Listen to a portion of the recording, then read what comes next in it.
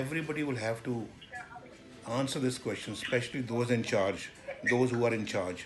They will have to answer this question. And let me tell you that this caretaker government is in the name. They are not taking all these actions on their own. Somebody is forcing them to take such actions. And the caretaker Chief Minister of Punjab should either resign or should step down, because the people of Punjab do not have any faith in him now.